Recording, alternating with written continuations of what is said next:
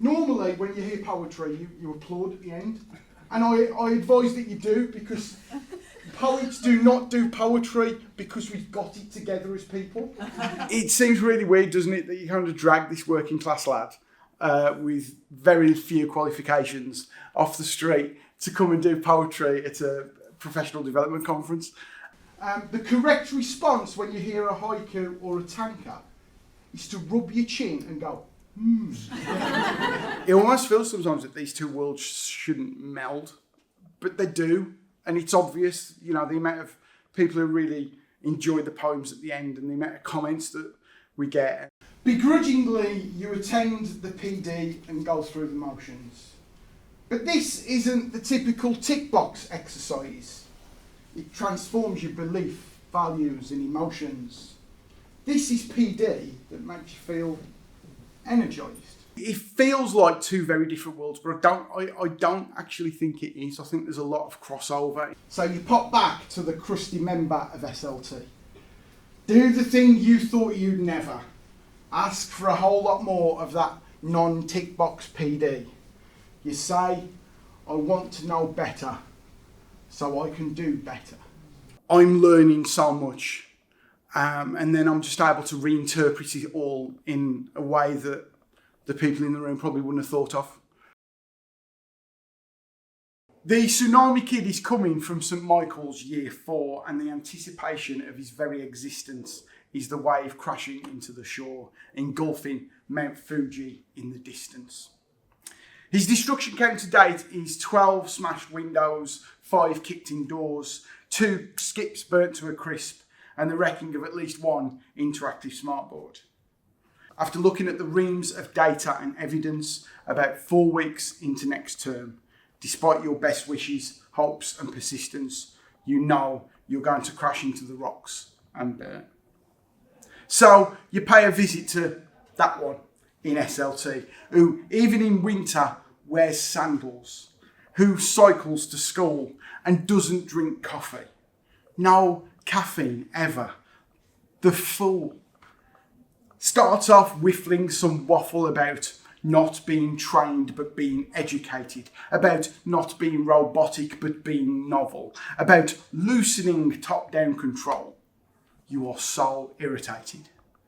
Begrudgingly, you accept the PD and go through the motions. But this isn't the typical tick box exercise. It transforms your belief, values and emotions. This is PD that makes you feel energised. And along blows the Tsunami Kid and he roars in your face, speckles your face with his spit, but using the PD lessons, you give him space. Turns out he ain't a southern sea wave like he's been identified. He's a ripple that's got out of control. He's autistic, non-binary. They are terrified. Sees what the world is saying and it is taking its toll. So you pop back to the crusty member of SLT. Do the thing you thought you'd never. Ask for a whole lot more of that non-tick box PD and say, I want to know better so I can do better. It takes time, but blazers, shirts and bags all across the year group, staff and whole school become adorned with pride flags. And the Tsunami Kid no longer blows, they bloom. They know this school-wide transformation is magnificent and they're going to be forever grateful. But the outside world is much more difficult because for them, one wrong step could be fatal. Now, what you've done might not look like much today, but you've made a truly powerful symbol. With you, love, empathy and understanding light the way. And the biggest tsunami always starts with the smallest ripple. The robots walk in step from classroom to classroom, left, right, hands behind backs, same jumpers, same shoes, following the conveyor belt from morning registration to phonics. I say conformity, you say conformity. The robots sit bolt upright in staff rooms around the world, back straight, chests out, shoulders back. Same pasta salad shovelled into mouths, chewed in unison, marking the same work with the same pens. Love, kindness, the sun and the moon, abstract concepts spoken about in PSHE and graded with a multiple choice test. All these robots feeding the machine with more robots, and AI will unmercifully destroy them all. Or we can destroy them first. We can celebrate the girl in year 6 who's found agency with the 5th different hair colour in as many weeks and is already drawing the tattoo she'll get at 18.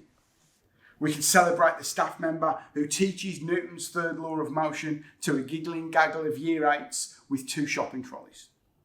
We can celebrate the troublesome kid in year 9 who we might not get but seems to calm down the moment he walks into the electronics lab.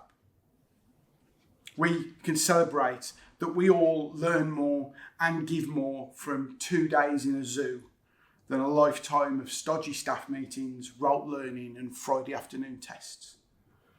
We can celebrate that member of SLT who suggests this stodgy staff meeting might work better if we do it while walking around the park. We can celebrate that PhD is great, but spending Friday night finding out what a haiku is and then going away and writing 10 of them in an hour about a facile subject like poo is chuffing brilliant. Let's be those amazing, thoughtful and inspiring dragons. Let's be the disruptors. Let's be the shit stirrers. Let's be unique. Let's celebrate unique. Let's respect unique. Then all of us can be human and no AI can replace that. And then all of us can be happy.